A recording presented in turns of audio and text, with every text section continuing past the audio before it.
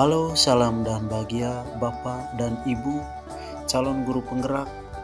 Perkenalkan, nama saya Heri Bertusianto Darwin, CGP Angkatan 11 dari Kabupaten Manggarai Timur. Dan pada video kali ini saya akan menunjukkan berbagi aksi nyata terkait diseminasi budaya positif di sekolah, yaitu di SMP Negeri 10 Lambaleda. Selamat menyaksikan.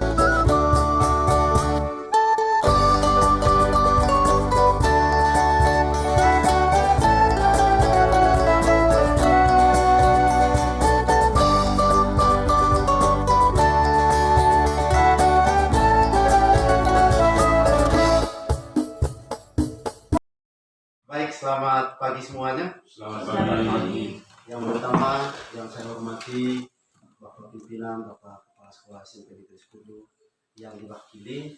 Yang saya hormati juga teman-teman guru yang sempat hadir pada pagi hari ini. Tentu yang pertama kita patut bersyukur kepada Tuhan karena atas berkat dan perlindungannya sehingga pada pagi hari ini kita boleh berkumpul di sini dalam keadaan sehat walafiat. Tentu tujuan kita berkumpul pada pagi hari ini ada beberapa hal penting terkait dengan tugas kami sebagai calon guru penggerak, yaitu diseminasi budaya positif. Sebelum kita masuk ke sana, awali kegiatan kita pada pagi hari ini dengan berdoa kepada Panol, waktu dan kesempatan saya berikan.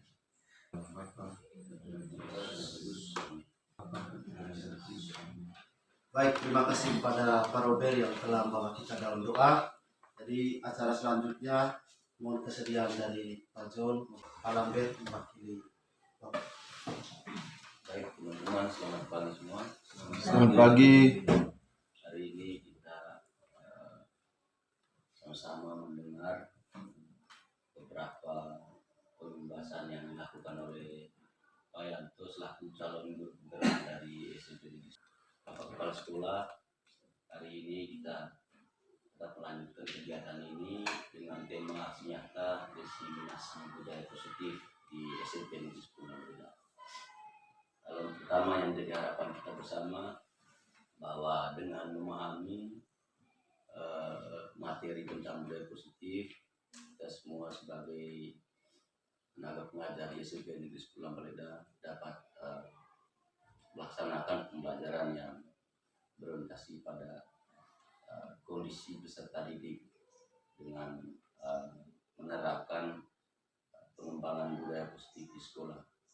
Oleh karena itu hari ini mari kita sama-sama mendengar apa yang disampaikan oleh Pak Yanto dengan sesama, dan hingga pada akhirnya kita akan mendapatkan manfaat yang luar biasa bagi kemajuan dan bagi pengembangan di sekolah kita, terutama dalam implementasi menerapkan budaya positif di sekolah ini. Mungkin sekian apa yang bisa saya sampaikan. Saya kembalikan ke Pak Yanto untuk melanjutkan kegiatan ini. Terima kasih. Baik, terima kasih kepada Pak Lambert yang telah menyampaikan satu dua kata mewakili Bapak Kepala Sekolah. Jadi selanjutnya kita masuk ke kegiatan inti kita pada pagi hari ini, yaitu diseminasi budaya positif di sekolah. Jadi diseminasi ini artinya kami sebagai CGP ditugaskan untuk semacam berbagi informasi terkait dengan budaya positif yang telah kami pelajari di modul 1.4. Baik, jadi ini ada beberapa kesepakatan. Yang pertama, menghargai siapapun. Artinya di sini kita menghargai siapapun yang berbicara. Termasuk di sini saya kasih contoh menjadi pendengar yang baik. Mungkin ada beberapa hal yang perlu ditambahkan sebagai kesepakatan kelas kita, kesepakatan pertemuan kita pada pagi hari ini. Dari Ibu, Bapak, mungkin ada yang perlu ditambahkan? Mengikuti hingga selesai. Mengikuti Hingga selesai. Ya, itu dari para mengikuti kegiatan ini sampai selesai. Ada lagi? Yang positif. Ya, memberikan masukan yang positif. Berarti kita sepakat bahwa kesepakatan forum diseminasi kita pada hari ini, yang pertama menghargai siapapun, yang kedua menjadi pendengar yang baik, yang ketiga mengikuti kegiatan ini dari awal sampai selesai, memberikan masukan yang positif. Jadi Bapak Ibu, tujuan pendidikan kita menurut Ki Hajar Dewantara, tujuan pendidikan adalah menuntun skala kuadrat yang ada pada anak-anak agar mereka dapat mencapai keselamatan dan kebahagiaan yang setinggi-tingginya, baik sebagai manusia maupun sebagai anggota masyarakat. Oleh sebab itu, pendidikan itu hanya dapat menuntun tumbuh atau hidupnya kekuatan kuadrat yang ada pada anak-anak agar dapat memperbaiki lakunya, bukan dasarnya. Hidup dan tumbuhnya kekuatan kuadrat anak. Jadi di sini tujuan pendidikan yang disampaikan oleh Bapak Ki Hajar Dewantara itu adalah menuntun, ya. Mungkin Bapak Ibu di sini saya rasa tahu kira-kira apa itu menuntun. Kira-kira menuntun itu seperti apa? Memberi jalan, apalagi mendampingi.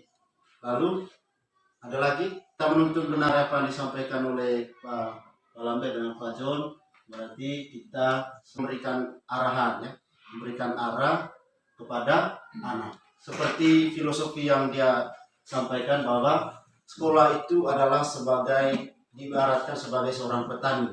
Sekolah itu adalah lahan pertanian, dan guru di sini sebagai yang merawatnya atau si petani. Lalu benih itu adalah peserta didik, ya.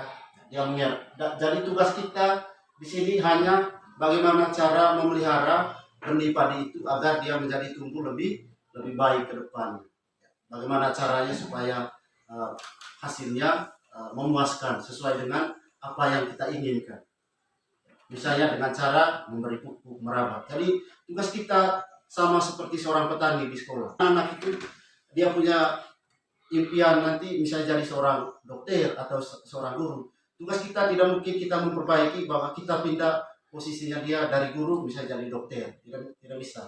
Tugas kita hanya kita mengarahkan supaya anak tersebut akan menjadi dokter yang baik atau guru yang baik. Budaya positif di sekolah yaitu nilai atau kebiasaan di sekolah yang berpihak pada murid agar mereka dapat berkembang menjadi pribadi yang kritis, penuh hormat dan bertanggung jawab sesuai dengan profil pelajar Pancasila.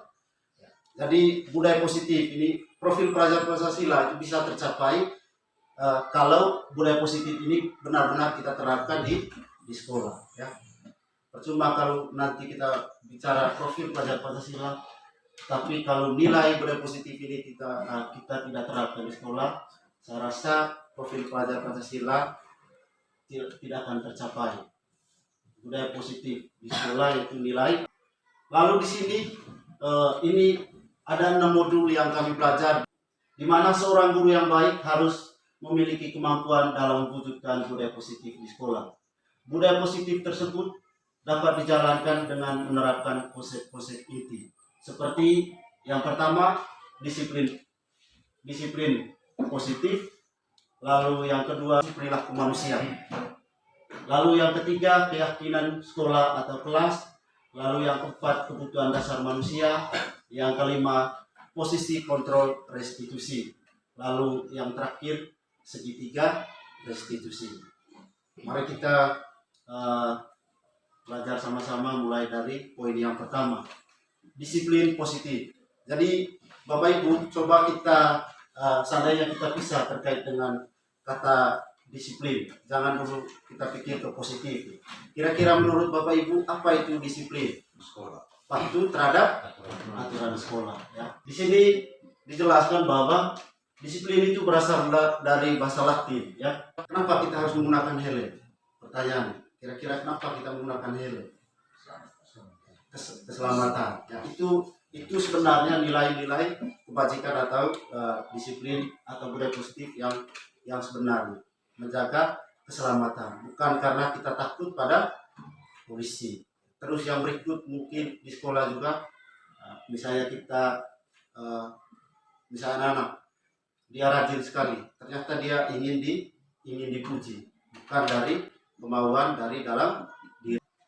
Lalu ini arti dari disiplin, ya. Disiplin positif adalah kemampuan memerintah diri sendiri dalam mengontrol dan menguasai diri untuk memilih tindakan yang mengacu pada nilai-nilai yang kita hargai dengan penuh tanggung jawab tanpa terperintah orang lain, ya.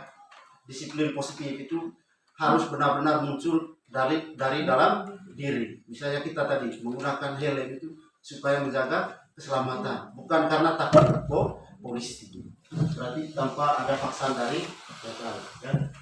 Nilai-nilai yang kita hargai adalah nilai-nilai kebajikan atau sifat positif manusia yang merupakan tujuan mulia yang ingin dicapai setiap individu, yaitu nilai-nilai dalam profil pelajar Pancasila, ya.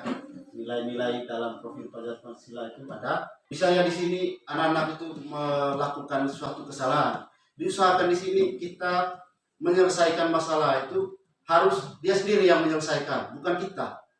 Harus siswa sendiri yang menyelesaikan, sehingga dengan sendirinya nanti dia memiliki motivasi dari dalam diri, bukan karena dapat tekanan dari guru. Misalnya siswa takut dipukul, dia terlambat datang pagi karena takut dipukul. Tapi di sini kita berusaha bagaimana seorang anak itu harus mampu bertanggung jawab untuk menumbuhkan kesadaran dalam diri, bukan karena paksaan dari luar. Jadi pada dasarnya disiplin positif itu mengacu pada profil pelajar Pancasila yang nantinya muncul secara internal dari murid, bukan dari orang lain atau bukan dari eksternal, bukan dari pihak luar, ya, tapi dari dirinya sendiri sesuai dengan profil pelajar Pancasila, di mana anak-anak itu rajin berdoa karena kemauan dari dalam diri, bukan karena kita yang memaksa. Lalu mandiri, kebinekaan global, bergotong royong, kreatif dan bernalar kritis. Lalu masuk pada poin yang kedua, motivasi perilaku manusia. Kalau kita mengacu pada motivasi, kira-kira menurut Bapak Ibu kata lain dari motivasi itu apa? Dorongan, ya. Dorongan dari dalam diri sendiri. Artinya dia punya kemauan, ya. Kemauan dari dalam diri. Motivasi perilaku manusia ada 3, ya. Motivasi yang pertama untuk menghindari ketidaknyamanan atau hukuman. Lalu motivasi yang kedua untuk mendapatkan imbalan atau penghargaan dari orang lain. Kita masuk pada motivasi yang pertama. Di sini motivasinya menghindari ketidaknyamanan atau hukuman. Seperti tadi yang saya sampaikan. Ketika misalnya contoh saja kita di sini mulai tahun ajaran baru kemarin kita menerapkan pembagian tugas untuk piket pagi hari. Di sini kalau saya pribadi misalnya, saya datang lebih awal ke sekolah itu mungkin karena takut pada pimpinan. Makanya saya datang pagi-pagi, jam 6 sudah dari sini. Berarti itu sebenarnya motivasi dari luar, karena takut pimpinan. Sebenarnya tidak ada kemauan dari dalam diri. Lalu yang kedua, untuk mendapatkan imbalan atau penghargaan dari orang lain. Misalnya tadi, saya datang pagi-pagi ke sini hanya untuk supaya dapat pujian dari seorang pimpinan. Itu kalau terhadap guru. Tapi kalau di sini misalnya siswa, terjadi pada siswa, dia memiliki motivasi untuk belajar karena iming-imingnya kita memberikan penghargaan terhadap siswa. Misalnya, kalau kau nanti poinnya tinggi, saya kasih ini. Misalnya, mungkin ada beberapa teman guru pernah menerapkan seperti itu di sekolah. Ternyata itu adalah motivasi dari luar. Lalu yang ketiga, untuk menjadi orang yang mereka inginkan dan menghargai diri sendiri dengan nilai-nilai yang mereka percaya.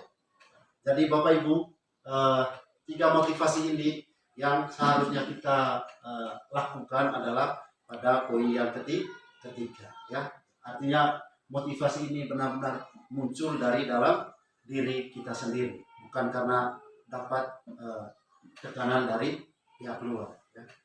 Poin kedua itu disebut motivasi eksternal atau dari luar. Lalu poin yang ketiga adalah motivasi dari dalam diri sendiri setiap orang.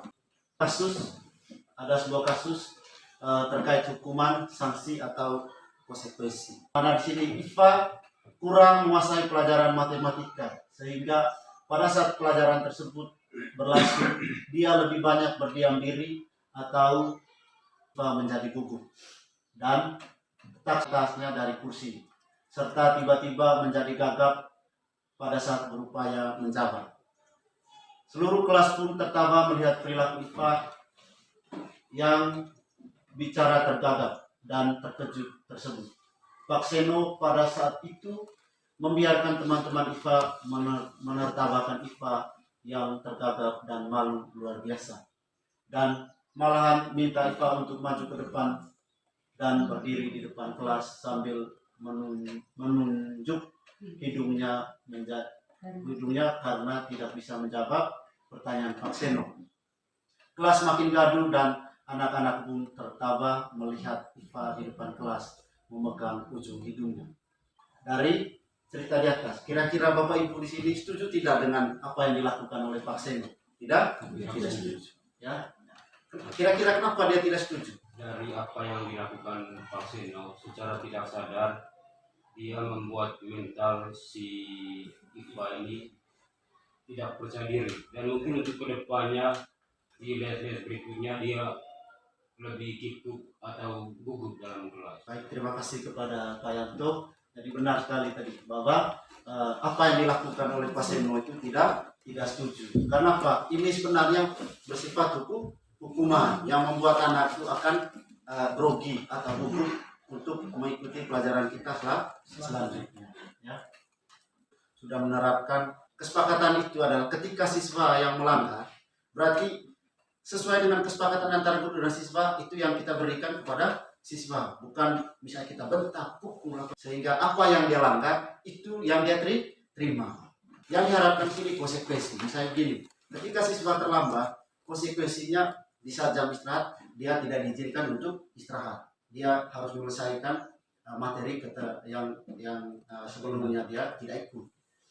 Atau tugas, kita memberikan dia tugas memotong waktu istirahat, tidak diizinkan untuk. Hari kita berlatih terkait dengan beberapa pernyataan di sini, hukuman atau konsekuensi. Ya.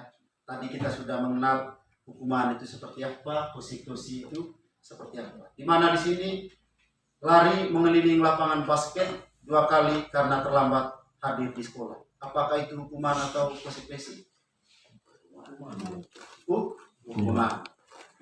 Ini sebuah hukuman. Lalu yang kedua, membersihkan coretan yang dibuatnya di meja tulis.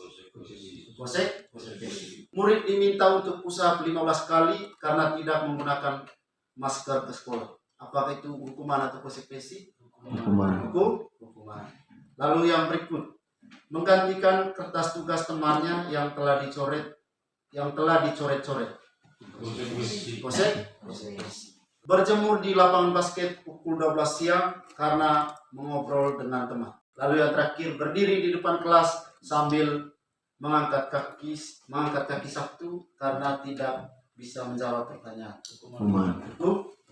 Sekarang kita masuk pada keyakinan sekolah atau keyakinan kelas. Keyakinan sekolah atau kelas, di sini guru berperan dalam mewujudkan terbentuknya keyakinan sekolah atau kelas dengan adanya kesepakatan antar guru dan murid. Di sini yang diharapkan di setiap sekolah atau di satuan pendidikan itu adalah bukan sebuah peraturan. Kenapa bukan sebuah peraturan? Karena sebuah peraturan ini adalah hanya dibuat oleh kita saja sebagai guru, atau bisa saja dibuat oleh seorang pimpinan saja. Itu kalau peraturan. Tapi di sini keyakinan sekolah atau kelas, artinya kita sendiri yang membuat. Tentu kalau kita sendiri yang membuat, saya rasa juga dengan sendirinya kita pasti melakukannya. Keyakinan sekolah atau kelas berupa pernyataan-pernyataan universal yang mudah diingat dan dipahami dan harus diterapkan di lingkungan sekolah. Ini ada beberapa saya kemarin sempat buat keyakinan kelas, keyakinan sekolah atau kelas. Misalnya kalau peraturan itu kan keyakinan diusahakan kita menghindar kalimat yang negatif. Usahakan harus kalimat yang positif. Misalnya kata harus, tidak, itu tidak boleh digunakan dalam keyakinan, membuat keyakinan kelak. Contoh, misalnya saling menghormati dan menghargai. Misalnya ini terjadi, bisa anak-anak sering mengganggu temannya di dalam kelas. Jangan kita buat, jangan ganggu teman, tidak boleh. Kita menjelaskan saling menghormati dan menghargai, kalimat yang positif. Kalau kita ikut adalah kebutuhan dasar manusia.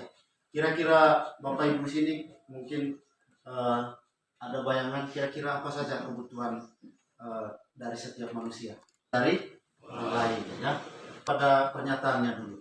Pernyataan, ketika seorang murid melakukan suatu perbuatan yang bertentangan dengan nilai-nilai kebajikan atau melanggar peraturan, hal itu sebenarnya dikarenakan mereka gagal memenuhi kebutuhan dasar manusia.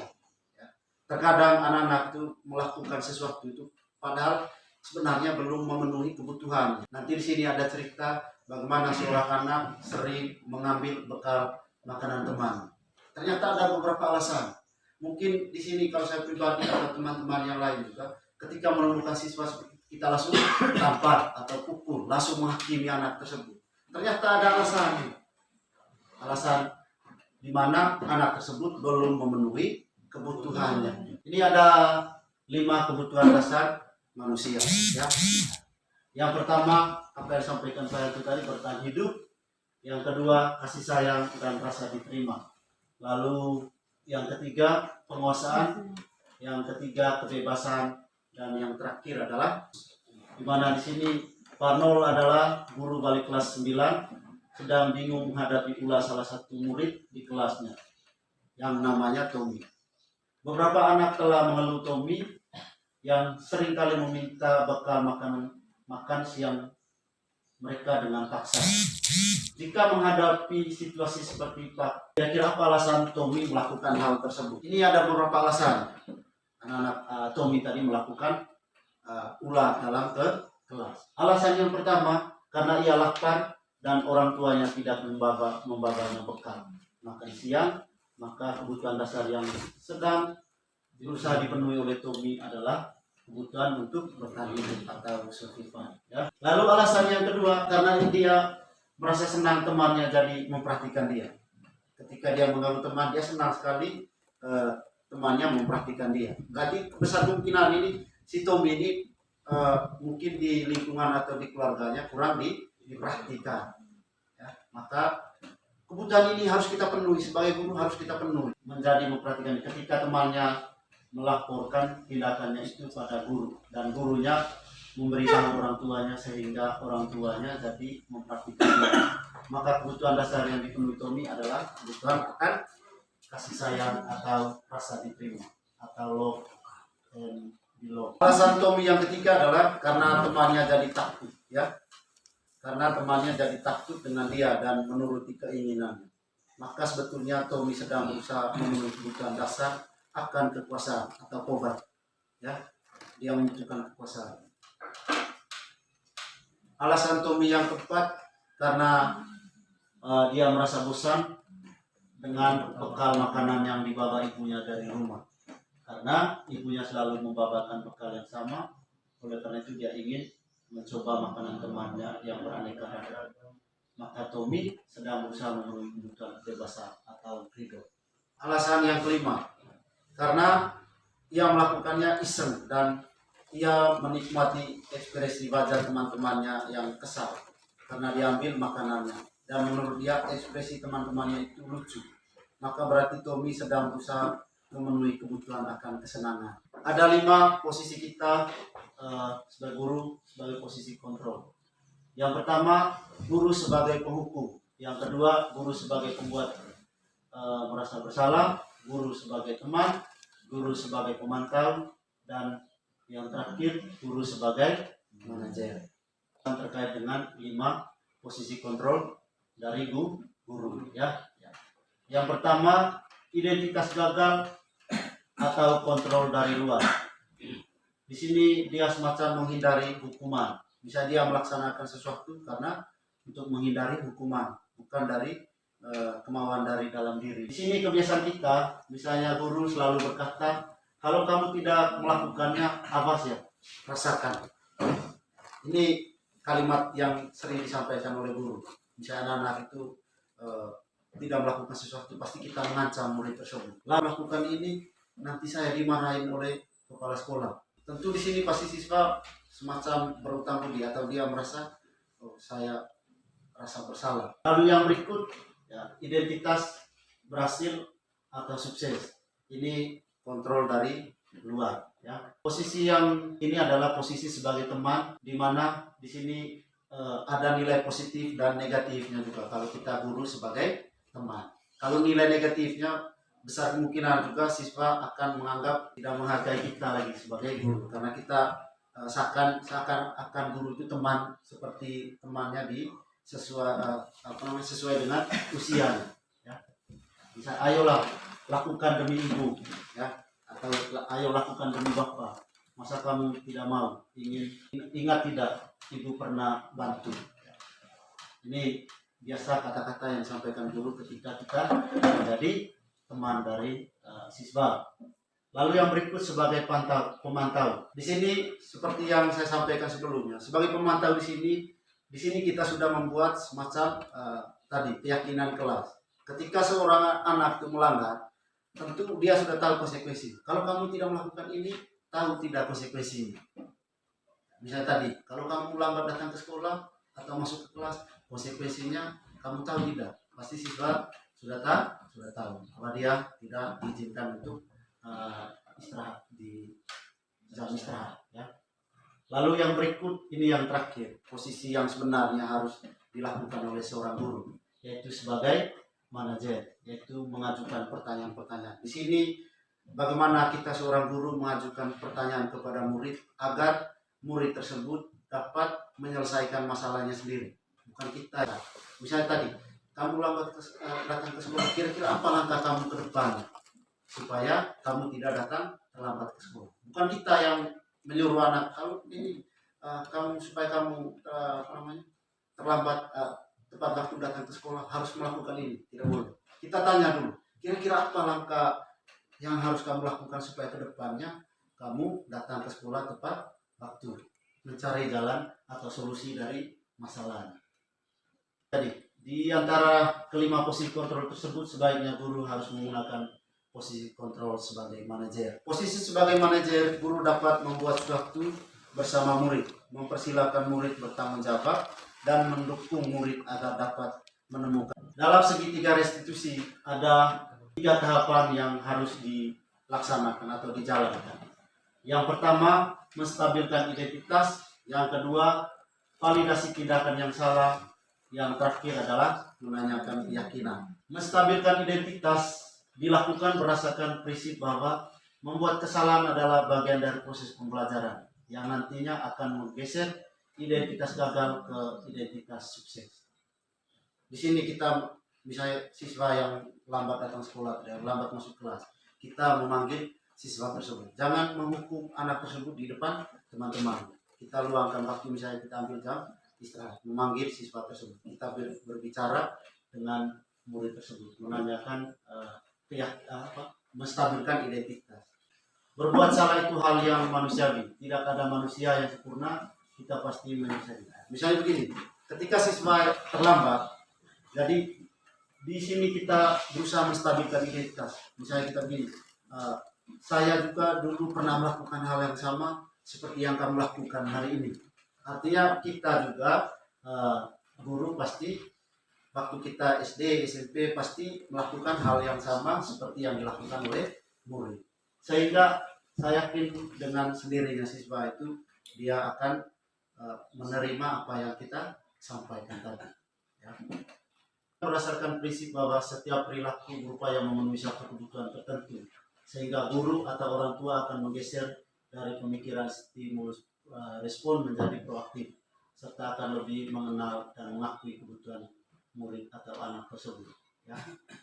Berdasarkan validasi dilakukan berdasarkan prinsip bahwa setiap perilaku berupaya memenuhi kebutuhan. Seperti dalam cerita tadi, yang dilakukan murid itu ternyata karena tidak memenuhi beberapa kebutuhannya tadi, ya, kebutuhan untuk bertahan hidup, kebutuhan supaya temannya senang, ada rasa kasih sayang dari orang lain. Kamu pasti punya alasan mengapa kamu melakukannya. Apa yang penting bagi kamu? Lalu kamu boleh tetap berusaha menjaga sikap itu, tapi tambahkan sikap yang lain, yang baru.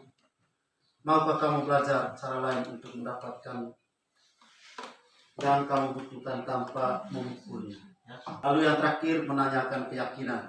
Menanyakan keyakinan dilakukan dengan memberikan pertanyaan-pertanyaan bermakna kepada murid atau anak untuk memunculkan motivasi intrinsik sehingga mampu mengaitkan keyakinan dengan tindakan yang salah. Di sini tadi kita sudah membuat keyakinan kelas tadi. Keyakinan kelas berarti di sini kita menanyakan keyakinan, ya. Keyakinan bagaimana solusi dari masalah yang dilakukan oleh siswa tersebut.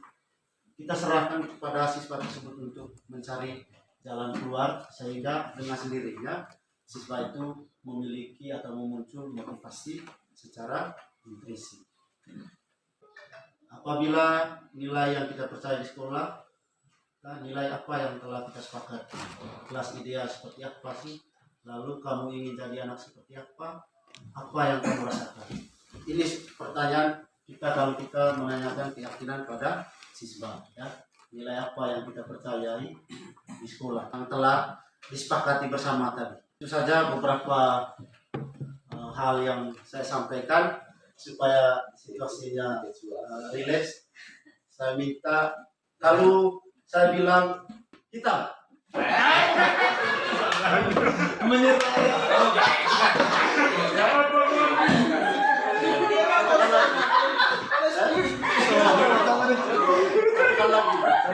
satu kali lagi hijau.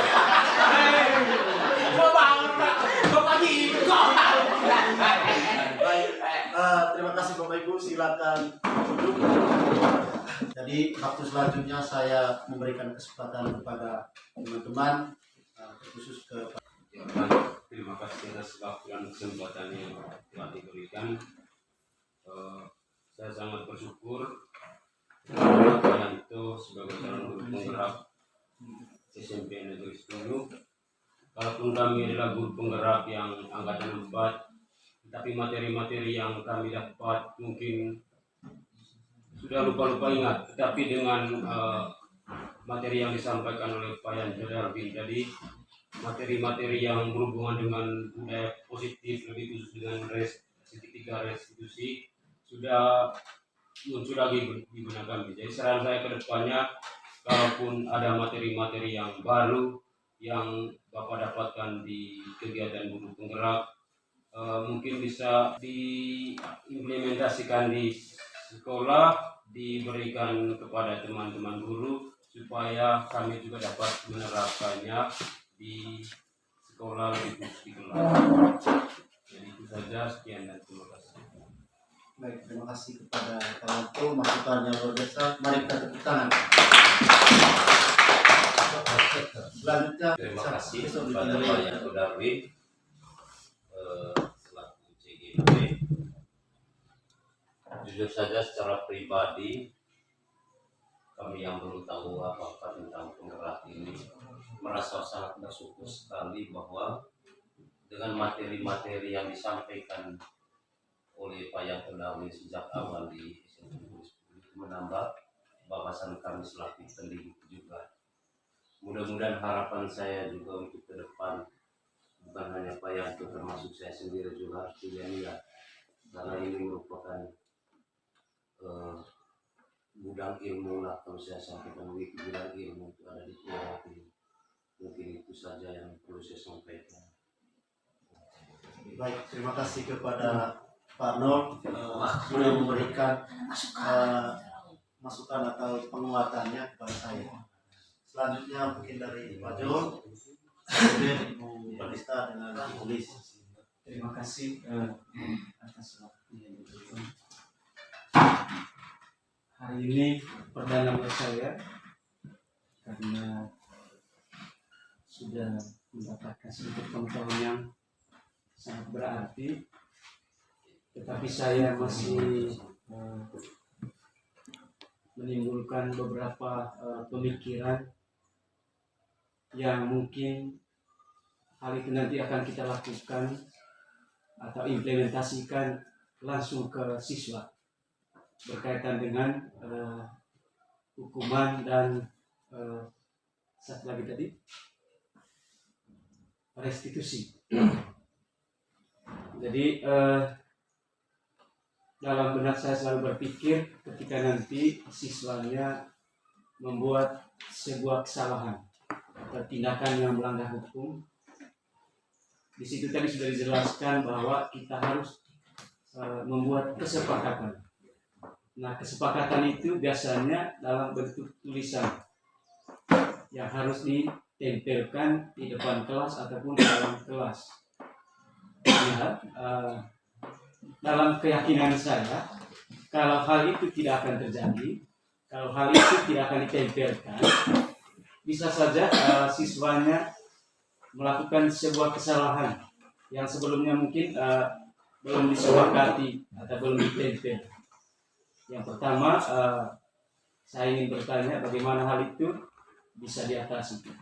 Kemudian yang kedua, restitusi. Ya, restitusi itu kalau tidak saya simak bahwa itu adalah sebuah pendekatan.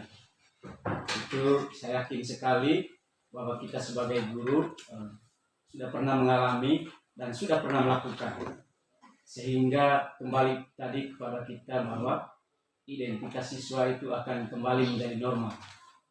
Jadi apakah pertanyaannya, apakah setiap kita sudah pernah melakukan hal itu? Kalau sudah pernah melakukan, apakah siswa yang bersangkutan sudah kembali normal identitasnya? Jadi itu pertanyaan yang kedua. Silakan Pak Yanto untuk bisa ditanggapi. Baik, terima kasih kepada Pak John telah memberikan pertanyaan tadi. Kalau saya tidak salah ada dua, ya, ada dua terkait dengan apakah kesepakatan kelas itu ditempel atau tidak, begitu, oke? Ya.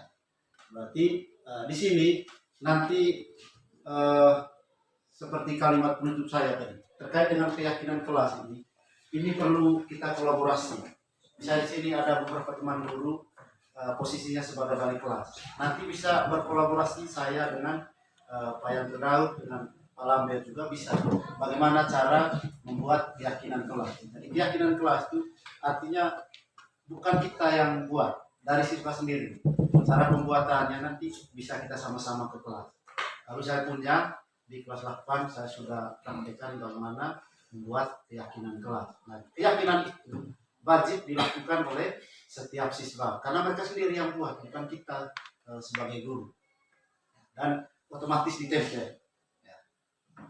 Terus pertanyaan yang kedua terkait dengan apakah kita di sekolah ini pernah tidak melakukan pendekatan segitiga restitusi terkait dengan masalah dari setiap siswa. Kira-kira seperti itu. Kalau saya pribadi, jujur saja, sempat melakukan pendekatan segitiga restitusi dalam menyelesaikan masalah selama ini. Tetapi sebelumnya saya tidak tahu apakah ini segitiga restitusi atau tidak. Saya tidak tahu. Setelah saya belajar, ternyata dulu saya pernah melakukan ini, pendekatan segitiga restitusi. Tapi setelah saya mendapatkan ilmu terkait dengan segitiga restitusi, saya belum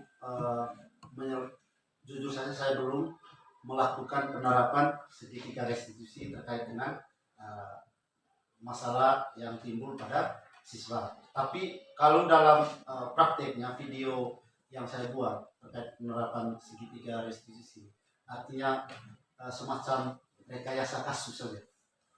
Karena kita dituntut harus bagaimana seorang guru menyelesaikan masalah siswa dengan penerapan atau pendekatan tadi segitiga restitusi.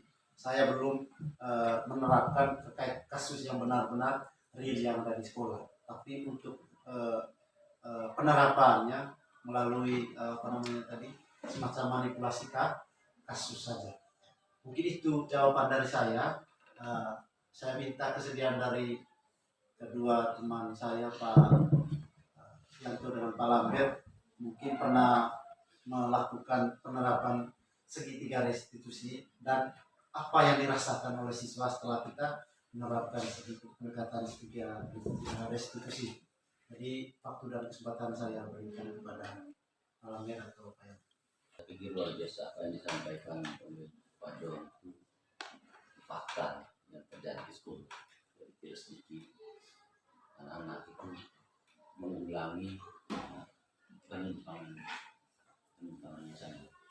Saya ambil contoh, kita mungkin sebagai besar dulu itu selalu mengeluh dengan kondisi seperti ini, dan justru karena kondisi seperti ini menjadi kondisi yang masif, maka dia butuh intervensi khusus dari butuh strategi. Salah satu strateginya tadi melalui pengembangan budaya positif, yaitu lewat pembentukan keyakinan kelas atau keyakinan sekolah, melakukan kegiatan restitusi, kemudian menerapkan konsekuensi. Mungkin hasilnya bisa mendekat pada hal misalnya menghadapi anak-anak yang selalu melakukan hal yang sama, itu saja orang. Misalnya dikasih tugas, kita jangan bicarakan hal-hal yang terlalu jauh, misalnya berkaitan dengan kasus, tapi hal-hal yang sepele, misalnya berkaitan dengan kemudian latihan soal, kemudian intinya proses pembelajaran. Kebanyakan dari kita mungkin berpikir bahwa semuanya itu menjadi mutlak kesalahan dari seorang siswa, kelalaian dan kelemahan.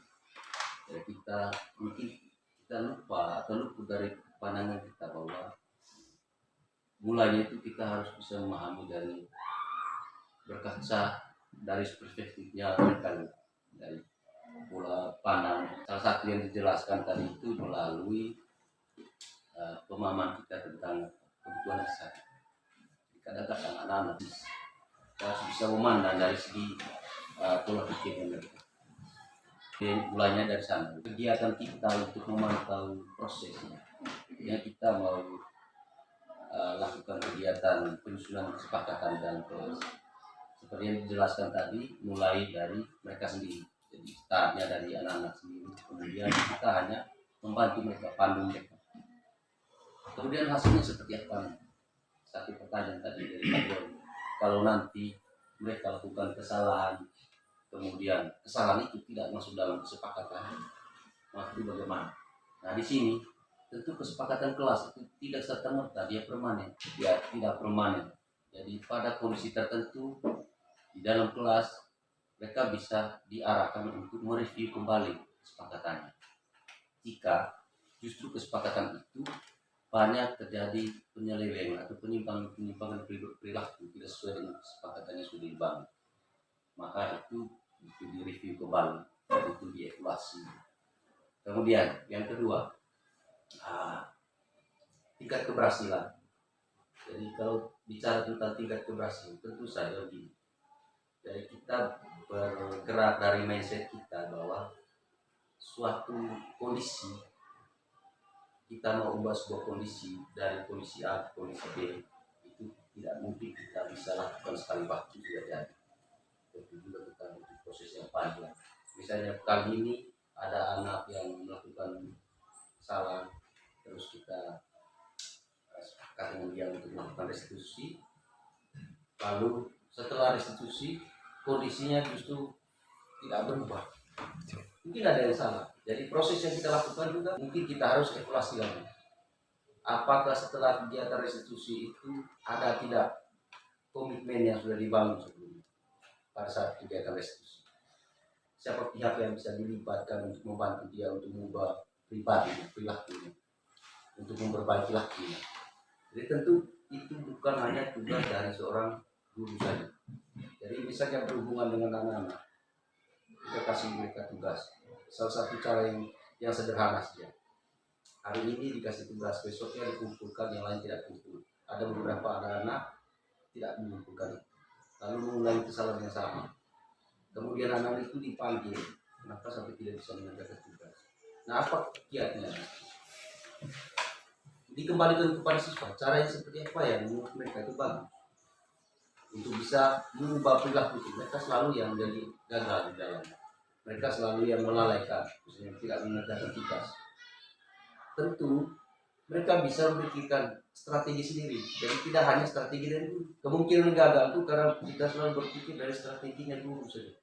Karena kita hanya mengandalkan diri kita, tidak mengandalkan dirinya sendiri, kemudian tidak mengandalkan orang tua, pihak lain di luar guru dan siswa. Pengalaman saya kalau yang saya lakukan misalnya mengerjakan tugas hari ini, misalnya ada beberapa anak yang tidak mengikuti tugas, lalu mereka dipanggil kenapa tidak kerjakan tugas. Karena itu berarti misalnya vocabulary, kosakata saja. Tugasnya itu disepakati. Oke, yang tidak kerja nanti tugas minggu depan, yang tidak kumpulkan bagaimana? Lalu mereka sepakat, gini, kita kasih mereka tawaran.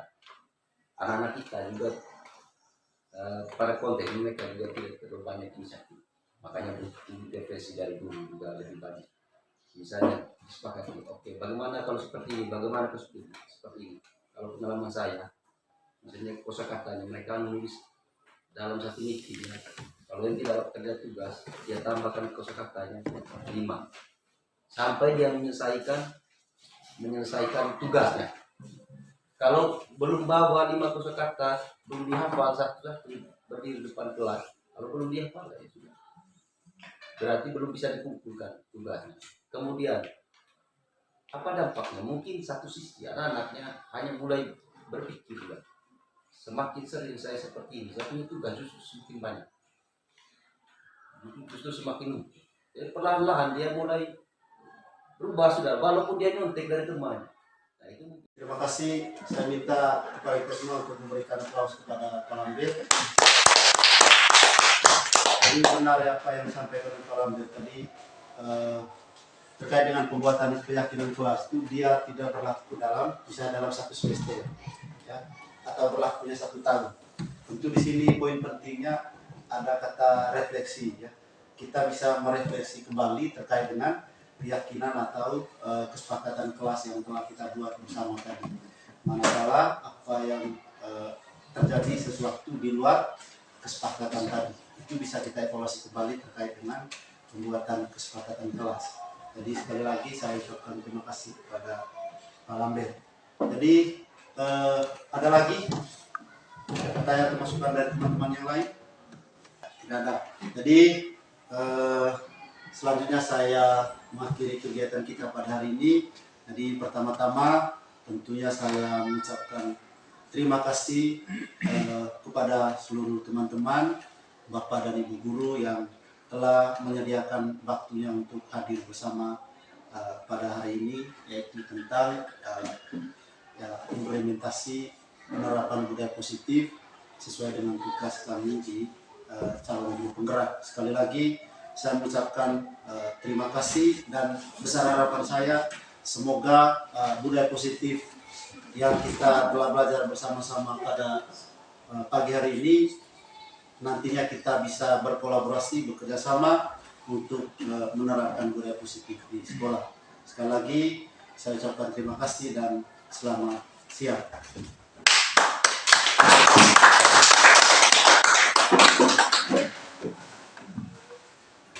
Selanjutnya saya minta sidang Robert untuk menutup kegiatan ini dalam doa.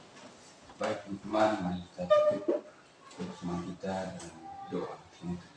Dalam nama Bapa dan Yesus, Tuhan syukur yang bersyukur kami menantikan kehadiran-Mu di dalam indahnya kebersamaan kami sehingga oleh jika kami puji kini dan sepanjang masa. Amin.